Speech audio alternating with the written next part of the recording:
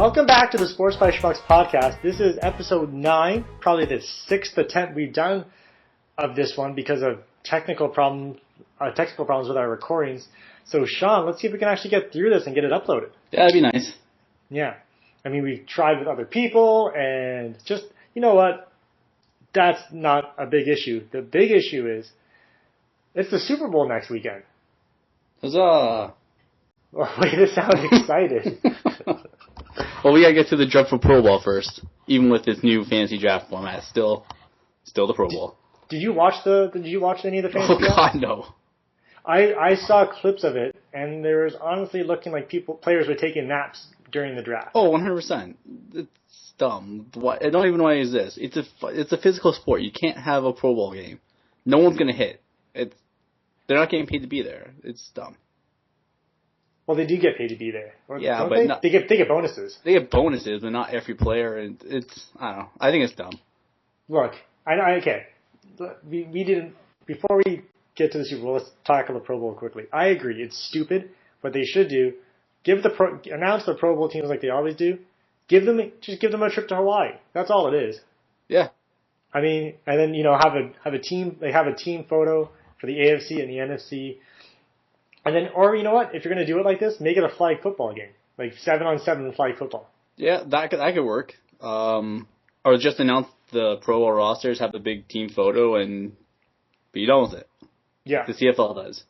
The one thing I'll give the CFL credit for: announce your All Pro team, announce your Pro Bowl team, and be done with it.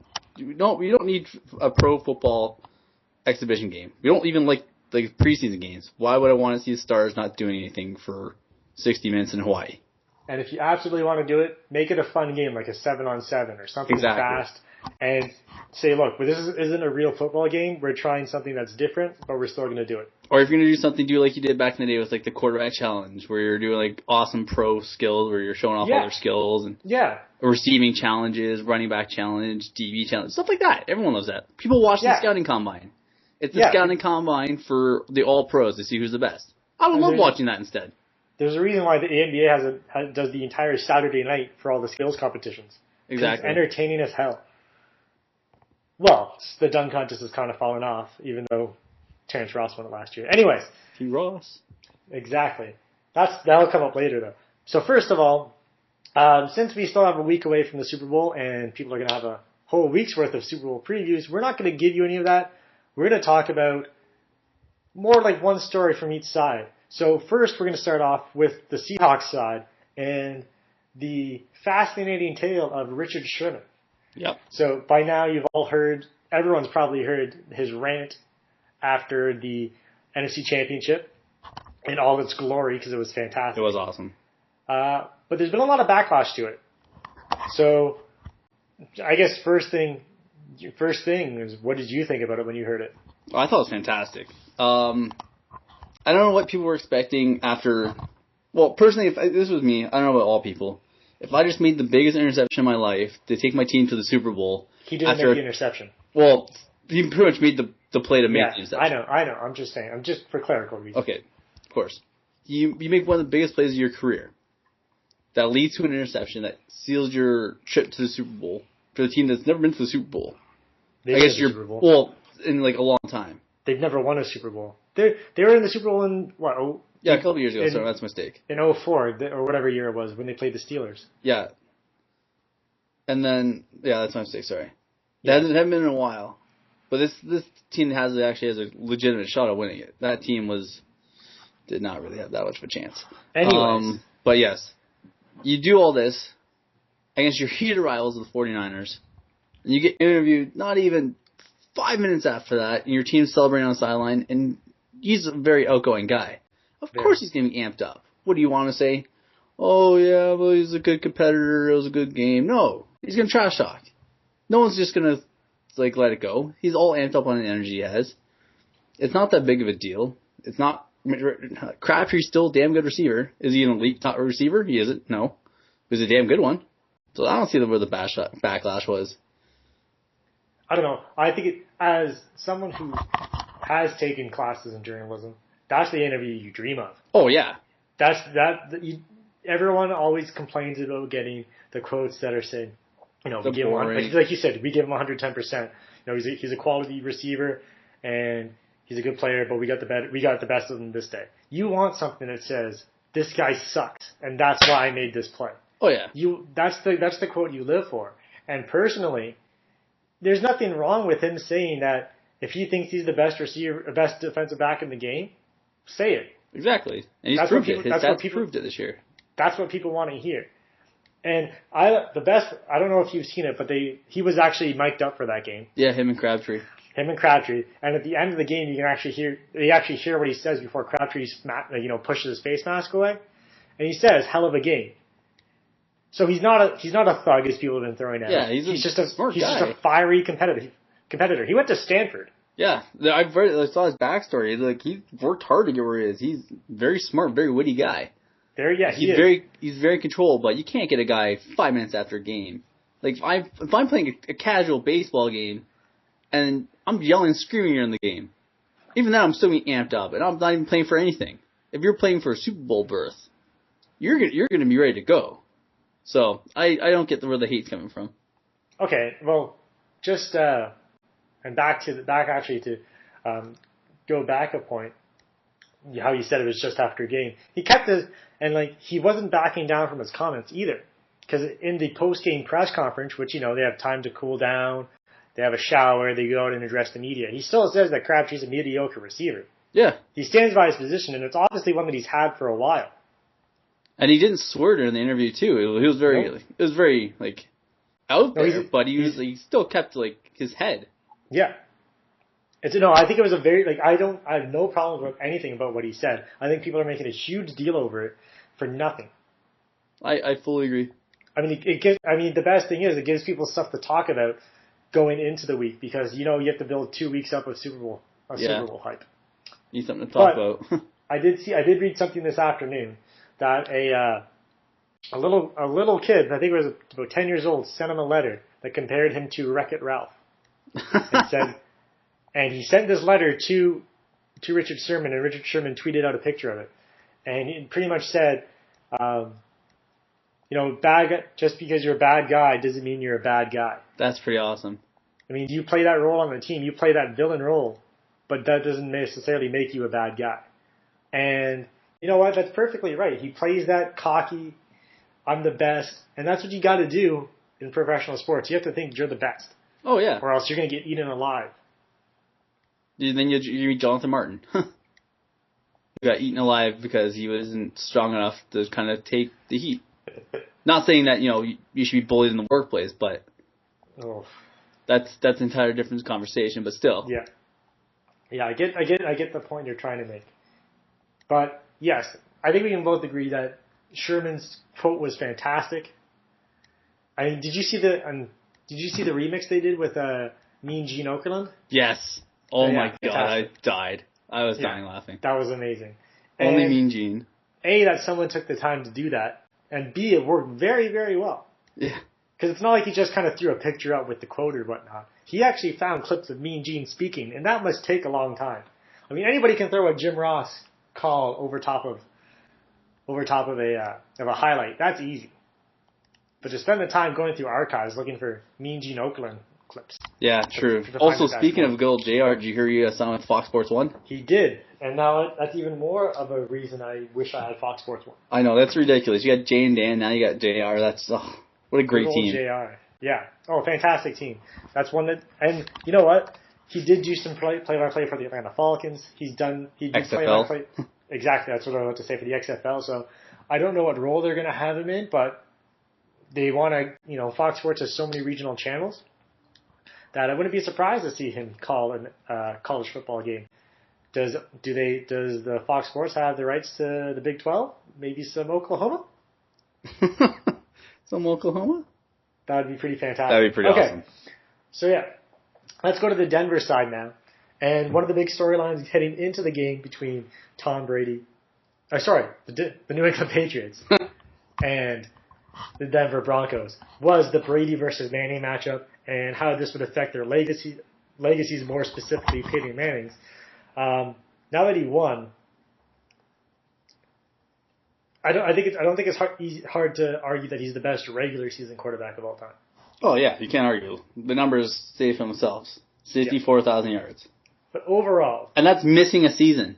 that's missing a season. He'd probably be closer to 70,000 yards. That's ridiculous numbers. He's still probably got another year or two, possibly 3 if he wanted to. What's Favre's record for passing yards? Favre? I think isn't it Warren Moon who technically holds the record? Okay, well, in NFL passing yards. Okay. Not total. Well, I'll double check because that. now it's Calvillo who owns it. I guess so. NFL for... So as you look that up, what we're gonna now that Manning's advanced to another Super Bowl. Oh, sorry. Just to kind of interrupt you there. 71,880 or 838 yards. Yeah. So if he plays 2 more years, he can theoretically break that record. If he missed that 1 year, he probably would have it next year. Yes. Crazy numbers. Crazy numbers. But now we have to. When you talk about people's legacies, you have to bring in the postseason. Yep. So how does his legacy overall rank him as one of the best of all time? Is he the best of all time? Or, sorry, the greatest of all time, as people started saying the GOAT now. Is he up there? Well, he's up there. No, he's up there, yeah. But is he your number one? Top dog? No, he's not my top dog. I still put Tom Brady up there. Okay. He's won too many championships. He's clutch. He's clutch personified. As we were talking about before the podcast, I know your answer, and I certainly cannot disagree with that. His numbers aren't as high as Tom Brady's, or Peyton Manning's certainly, or even another guy I'm going to throw out there, Drew Brees. Drew Brees, if you give him he's 3 years younger than Manning, you get to about 4,000 yards a year. He'll put him up there another 9, 14, put him up there with Peyton Manning at the same age, the same numbers. But he has the same problem as Peyton does. Exactly. Right, so I'm just saying, like, I know. If you put Peyton up there, why isn't Drew up there as well? Oh, for sure. I think in time, when Drew gets to, I think it's more of a conversation about Peyton Manning right now is because of the neck injury. Yeah. And because you don't know which season's going to be his last one. He even said himself he wants to keep playing, but he might not be able to if the doctors say he can't with his neck. Yeah. I think Peyton Manning probably. I would think if they win this year, I think he might go out this year. Kind of like a Ray Lewis sort of thing, where he got his team like all amped up last year. This is my last ride. Like let's go out and win one, and then the team just rallied around that. Yeah, the main difference between the last one is though, unless he's saying this behind closed doors and it somehow has not leaked out yet. True. You knew it was Ray's last run going into the playoffs, and that's why it was such a huge deal when he did his last dance in Baltimore. Yeah. So who would you put as your best quarterback of all time, since you didn't really say it? Joe Montana. Joe Montana, if you may. He doesn't have as many yards. He's about a 10 grand less than Brady right now. Yeah. But if we're talking about clutch performers, and if we're talking about playoff performers and things like that, I want Joe Montana. I want Joe Montana on my team. 4-0 in Super Bowls. Brady lost to. Brady could have the record right now, but Eli Manning screwed him over. Eli Manning has his number in the Super Bowl. He does. 4-0 in the Super Bowl, and he pretty much orchestrated the West Coast offense. Pretty much. He developed an entire new set of offense for the NFL, which is pretty damn good on his own. And you know what? That wasn't a huge thing at that time, and there was still more impact of running backs that you see. If you put Joe Montana in today's game, oh my God. Exactly. That's the thing. That's why I don't think Brady would be as effective in Montana's. Like if you switch, they'd probably be very close. If you put Tom Brady in the West Coast offense of George Seifert back in the 80s, yeah, he'd probably have pretty damn close numbers. He would, but I still think if you bring Montana into today's game, he lights it up. He has 6 Super Bowls. He's breaking Favre's record. I think he's got all of that stuff. I don't know if he breaks Favre's record. I think he'd probably be closer to. I can't even think of who he'd be close to. I don't think he'd probably have those type of numbers. Probably John Elway type numbers. Okay. Really, really, really good numbers. Yeah. Probably an extra maybe 10,000, 15,000 yards. Yeah. But I don't see him breaking the record because he was more of a West Coast quarterback, so it's more controlled passes. He'd have a hell of a lot less picks. He'd probably have more yards. But I don't see with the way that the NFL protects quarterbacks now. Oh God! Compared to then, he'd have so much more time to stand in the pocket. Oh yeah, he'd feel much more safe. He'd be an assassin back there. Exactly. Just be able to look at what I would look what he's what players like Drew Brees and Manning are able to do now when they just pick apart defenses because they have time. And if anyone so much as breathes on them, they pretty much get a 15-yard penalty. Pretty much that, and the receivers, you can't be touched off the line of scrimmage. And imagine Jerry Rice with that. Oh, imagine, because if you bring that 49ers team into today's game, I don't think there's any doubt that there's probably doubt, but I don't see there's any reason why they couldn't go undefeated. True, but then I ask you the question. This is getting completely off topic a little bit. Who's the better receiver now, Jerry Rice or Calvin Johnson?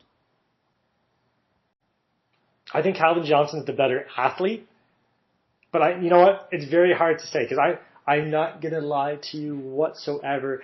I can't hold my bias back on this. Jerry Rice is my favorite player of all time. Mm-hmm.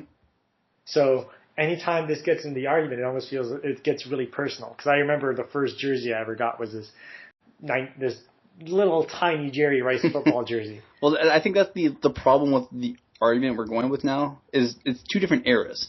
Yes. So you can argue with you can look at Drew Bledsoe has more yards than Joe Montana.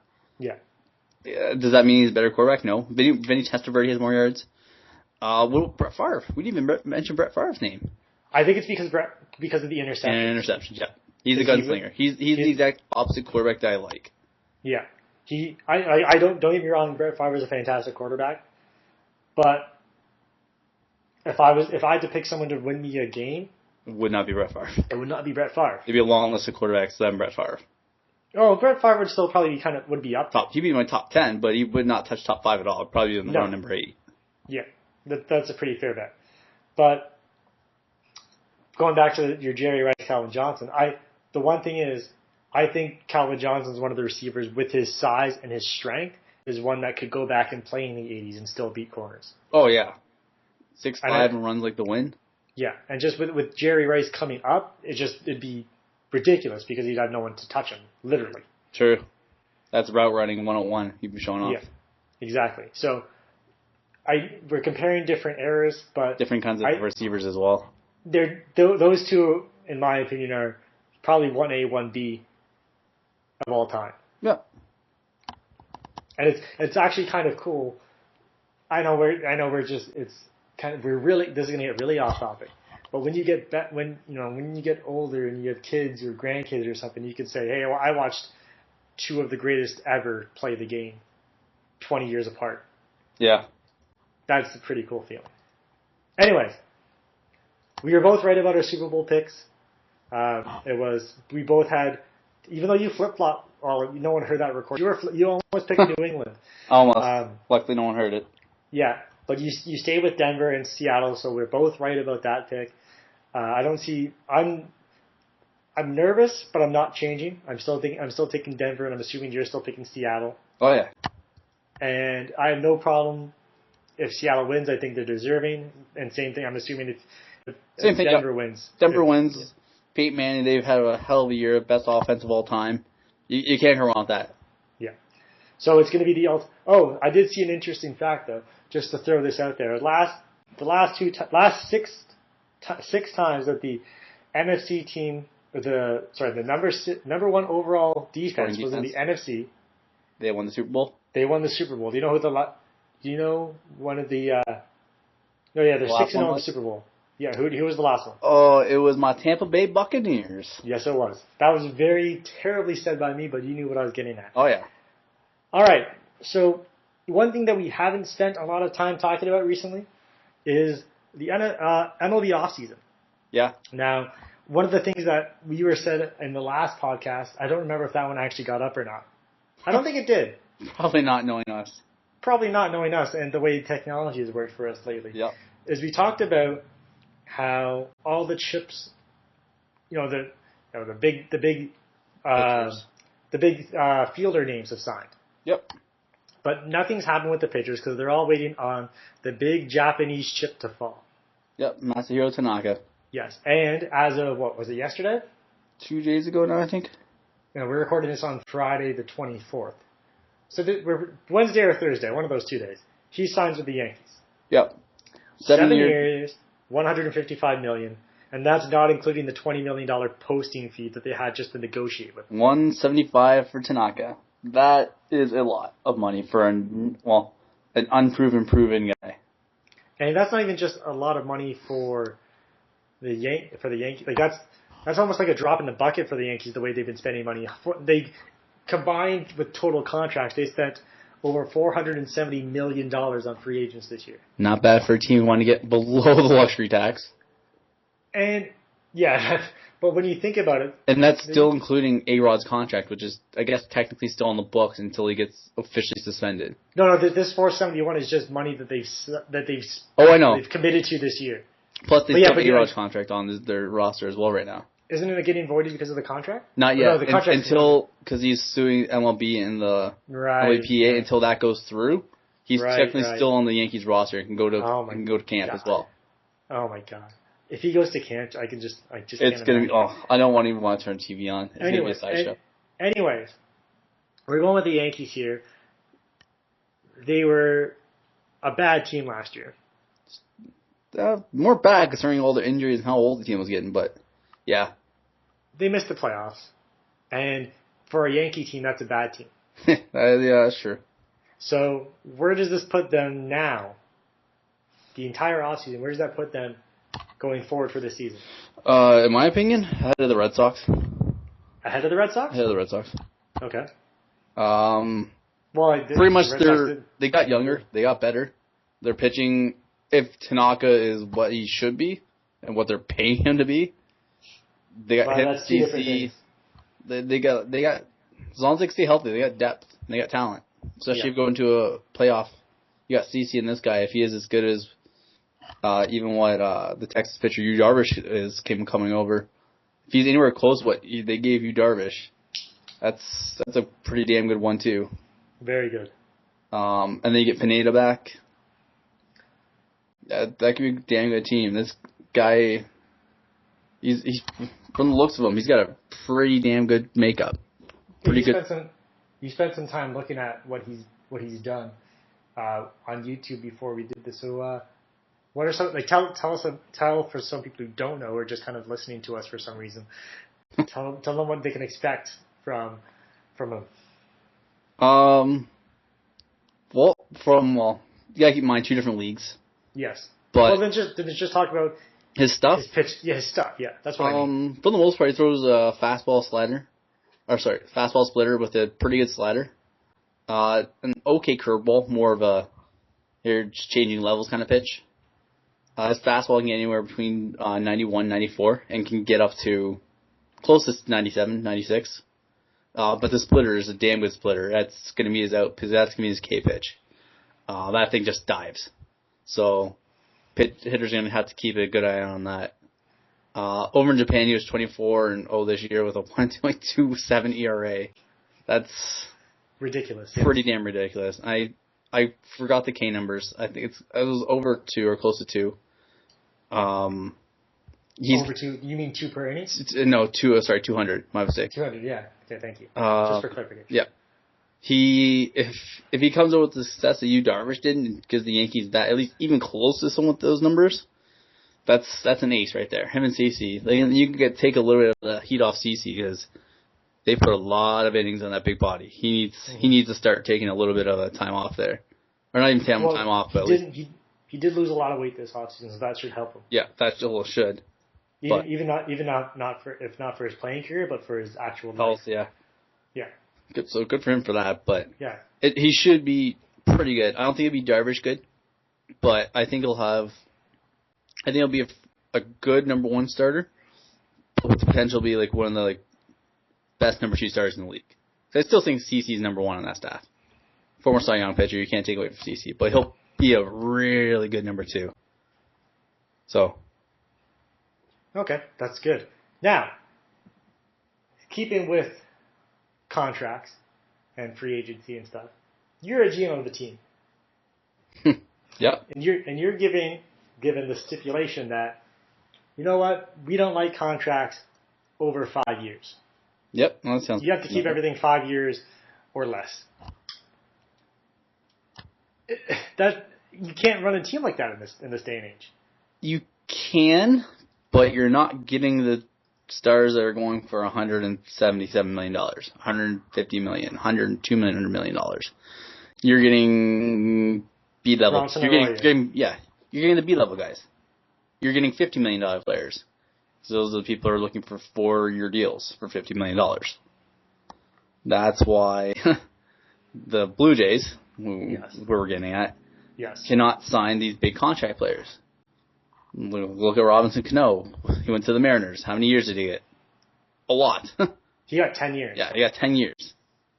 The Jays, no star player that the Prince Fielders of the world, that's the Tanakas, Yu Darvish. Any of those pitchers players are not coming to Toronto for five or less years. They want their money. They want that $150. They want that $2 million or $200 million. They aren't coming here for $100 million for 5 years. Could the Jays overpay to get that player? Possibly. But then they'll know over the course of 10 years they have this amount of money. Whereas suppose you go 5 years and then you tank after the 5th year, you're not getting even close to that money.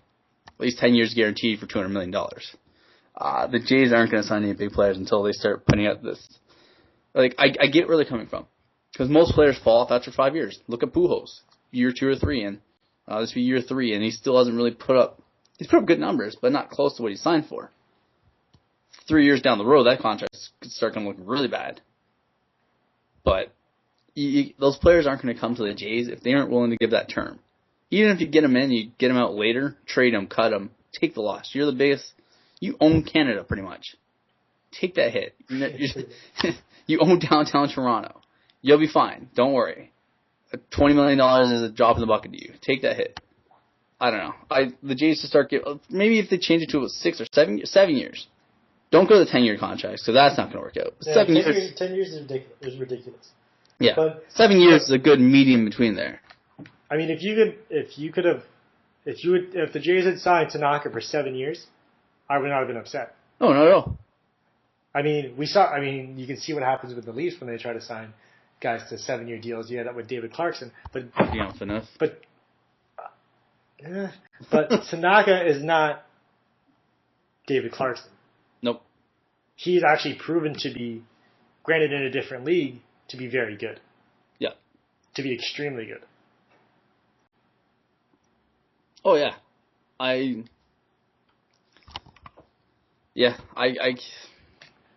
just don't like the 5-year rule. I get where they're coming from. I don't like the 5-year rule either. But you can't get anyone. But the thing that actually kind of surprised me more after looking at this Tanaka contract, I know we're getting a little more off topic, but was actually seeing that the Diamondbacks were right there for signing Tanaka.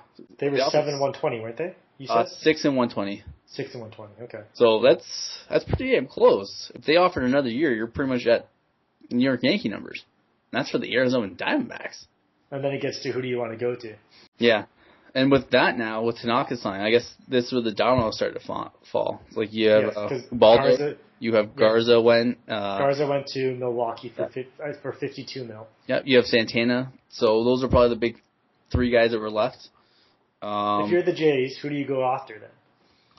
Who do you think you can get keeping this 5-year contract in mind? 5-year term in mind. Santana, you think you can get him for 5? I would personally myself, I would like them to go for Ubaldo. I think he has the better overall stuff. But the safer pick would probably be going Santana. Mm-hmm. He's less injury prone. He's been more consistent over the years, where he doesn't really have that really up year, then have that really down year like Ubaldo's had. Especially when he went to the first year of Cleveland and when they got traded, and that was a really down year. But I would rather take that high and the low of Ubaldo over the not mediocre, but just over mediocreness over Santana, especially for the money. The consistency of a above average pitcher. Yeah. Okay, I see where you're coming from. The Jays need that star. They need that guy that can go out there and be that number one guy. And if he's not that number one guy, well, you screwed up. But the next year he could be back and be the number one guy. He's shown that can happen, like what happened in Cleveland. Year before he was garbage. This year came back and he was right there for Cy Young most of the year. So this is what I want you to do. Now with your fancy PS4 and your ability to stream games online. Yep. I think you should do a Blue Jays franchise. For Do MLB? MLB 14 and play by their rule. Don't sign anyone for more than 5 years and see what you can do. That's fine, because usually I usually trade the team for younger players anyway, so. No, I'll go with their roster, day one. Yeah. I'll follow what they do. If they pick up Aaron Loop for a 3-year contract extension, I'll send him to a 3-year contract extension. I think it'd be pretty interesting to see how it could be done. I mean, obviously you could do it a lot faster. Yeah. And what I would ask you to do is don't do any roster changes during the season, and just go to the offseason and see what you can get and see how that affects the team going forward. Just simulate a season, see what happens. Yeah. Yeah, I love doing that. I'll do that. All right. And one last thing just while we're on baseball, I know it's January. Pitchers and catchers are reporting early February, so we have plenty of time before the baseball preview. Is Jose Bautista a Blue Jay by the end of the season, by this time next year? Bautista, yes. Edwin, no. Okay. Even though didn't they just extend it? Yes. Okay. Anyways, that's enough for baseball, because you know what's going on in the NBA right now? There's The rise of the Slim Reaper, which is the greatest nickname of all time. Fantastic, much better than KD or Durantula. Tarantula, okay, that's pretty good too. Although for those who don't know, we're talking about Kevin Durant. Although I do like the nickname Jalen Rose gave him before this Slim Reaper came out, that Kevin Durant apparently doesn't like. Jalen Rose called him Iceberg Slim, which I thought was amazing. That's pretty good too. That's pretty good. Just because he got ice water through his veins. Anyways, he's been insane lately. I mean, he's probably the reason that the Thunder are staying afloat right now. He's averaging 37.1 points in his last 10 games. In the last 15, he's only had 2 times that he scored under 30. That's insane. That's not even MVP. That's all-time numbers right there. It is.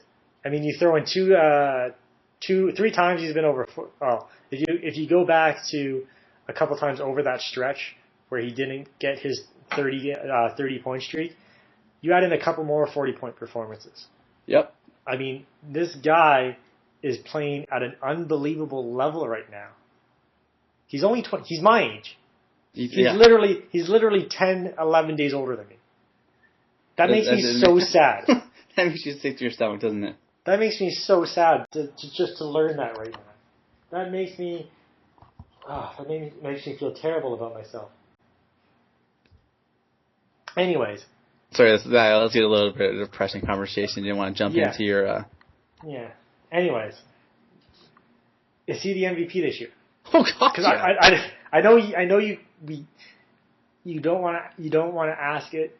Well, too early? You have to ask it, but I wouldn't say it's too early. They've announced the All-Star team, or at least the starters.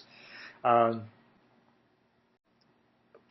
it's been pretty much LeBron's name was put in pencil, getting ready to be etched back into the trophy again.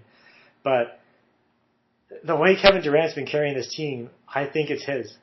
I mean, I don't think it's any contest right now. Oh no. I mean, LeBron might be is still the best player in the game. He's put this team on his back. He's put this team on his back. He's on the season. He's averaging 31 points a game. That's so ridiculous. And he's still getting 5 assists and almost 8 rebounds. And that's with Westbrook out. That's so dirty. That's not even that doesn't even make any sense how good he has been this year.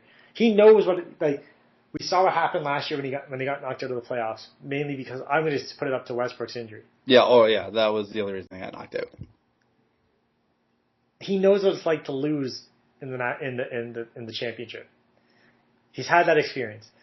He knows last year he put too much pressure on himself to be serious and to not be loose, yeah. And not be loose, and his drive to win probably drove him too far last year and got him out of character. I think he's back into all of his career numbers are up this year. I see no reason why he shouldn't be the MVP. I don't think it's a close race at this point. Well, still close race. It's still what? I don't think so. 2 months ago, I'd probably still say it was LeBron's to lose. No, 2 months to go. I know, but I'm saying 2 months ago, I'm saying it's still LeBron's to lose. Yeah. But now, he's playing like the best scorer in the world. Yeah. Not best He's player, the best scorer in the world. but the best scorer. Actually, he thinks Steph Curry is the best pure shooter in the league. Which you can't argue with that. Yeah. But anyways, that's ridiculous what he's going through right now. But it's funny, while he's scoring at such a high pace, they've lost 3 of those games. Yeah, I don't know how that happens. I mean, he put up 48 on the Jazz and they lost by 11. Well, and yeah, I don't get with that one. That should not happen. If anything, that might drive down his MVP case, but I don't think I think it's got to be KD this year. I'll agree. As of this, if we're doing power rankings right now, my 1, 2, 3 is KD, LeBron, and Steph Curry. Yeah, I can't argue that. Okay. So why don't we talk about the Raptors, who are all of a sudden Yay, Raptors. a fantastic looking team in the Eastern Conference. Goodbye, Rudy Gay, and your 0.2% shooting percentage when you were here. Yeah, and good for Rudy Gay. He's kind of turned it around a bit in Sacramento, too. And yay us to go into the one game where they absolutely blown out and then trade him a couple days later. Yeah. All right, so we're going to wrap up right now with our high fives and our face palms. I'm going to go positive this week. I'm not giving out any face palms. I think it's been a great week in sports, or a great time in sports since our last one. My first high five goes to Michael Grange of Sportsnet for his incredible Vince Carter work, the article and the special on television about how Raptors fans should forgive Vince Carter. And I think he's persuaded me. I think it's time that we accepted the fact that it might not have all been Vince Carter's fault. He's the best player in franchise history by far, and he's the only thing that is probably to be very proud of in Raptors history. Yeah, so I think it's time we welcome back Vince into the fold, and you know what? Let bygones be bygones. He was at his best when he was a Raptor. Let's keep it at that. Remember for the basketball that he played, because this is the best chance the Raptors are probably going to have at a Hall of Famer in a long time. For a long time, I should say. Second is to the Canadian Olympic Committee for naming Hayley Wickenheiser the flag bearer for the Sochi Olympics for the opening ceremony. I think it's a fantastic choice. She's a 4-time Olympian. She bleeds red and white, and I think she's very deserving of this honor. Yeah, I can't argue with that one. And I guess I do have a face palm this week. You do? Okay. I have to be a little negative here since you took all the positive. I do have a high five, and my high five goes to the Dallas Stars. Oh, and their God, yeah. absolute trolling of the Toronto Maple Leafs and that little douchebag, Justin Bieber. I know we don't swear on this podcast, but he's a douchebag. I'll allow it. Fantastic. And just putting up the pictures of him being a Leaf fan and just absolutely doing it during the game last night. That'd be Thursday in Dallas. And then making fun of Rob Ford as well. Kudos to you, Dallas Stars. You did a fantastic job. As a Toronto Maple Leaf fan, I'm very proud of what you did. And that's not even the best stuff. That's not even all the best stuff that the Dallas Stars have done this year. Earlier this year, the Cowboys, a random person tweeted out that the pitchers and catchers are reporting soon. So the Cowboys responded to them saying, "Well, nobody cares." And in a similar category of nobody caring, the NHL is back. To which the Dallas Stars responded, "At least our number 9 got the job done." Bunch. Yes. And secondly, we talked about you just mentioned they poked fun at the Leafs for the Bieber being a fan. Someone tweeted them a picture of Bieber holding up a Dallas Stars jersey, last year's jersey, and they said, "Look what we found." And they said, "Well, why do you think we changed our uniforms?" So I have to completely say, hats off to the Dallas Stars. They know how to use Twitter right now. Oh yeah, they're professional trolls up there in Dallas. Yeah. And then my fail, once again, will actually stay in Dallas. And it goes towards Josh Brent, if people don't recognize that name. That was the Dallas Cowboys defensive tackle who killed a teammate of his, Jerry Brown, during a car accident. I think about a year and a half, 2 years ago at this point, when he was driving drunk, very intoxicated, got into a crash just off a surface road, killed his teammate. In the beginning, they allowed him to stay on the sidelines. The Dallas Cowboys did, which I thought was a dumb idea. He shouldn't even be on close to the team, let alone on the field. Then they kept him around, still kept him in the fold. And then they finally just got around to his sentence, and his sentence was 180 days in jail and 10 years of probation. That is ridiculous. If he wasn't an athlete for the Dallas Cowboys, he would have had the book thrown at him.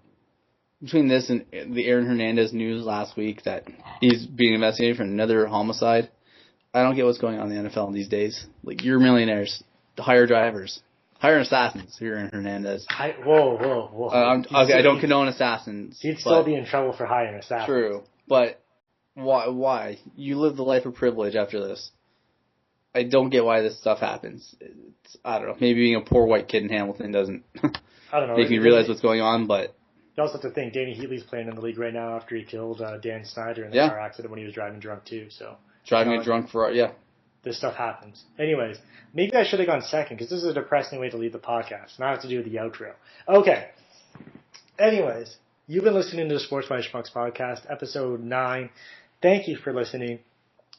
Sean is on Twitter at Sean_McD2. I am at SmithBR10. We've got a new writer for us who's focusing mainly on basketball. Has done great work right now with on Jabari Parker and Andrew Wiggins. He is Josh Spatafora. Did I pronounce it right this time? Yeah, I got it right this time. All right. You're very proud. So, yeah, I am very proud.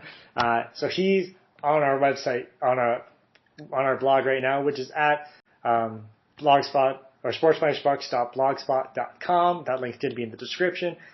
The Sports by Schmucks have a Twitter too. It's at Sport by Schmucks on Twitter. So you can find us anywhere, even on Facebook, facebook.com/Sports by Schmucks. Hugging and winded, just plugging all of our things. Anyways, like the video, share it, tweet it out, subscribe to us. Hopefully I'm going to start doing an NHL 14 series with the Winnipeg Jets, because why not? They just fired their coach. Anyways, thank you for listening. Stay safe out there, kids.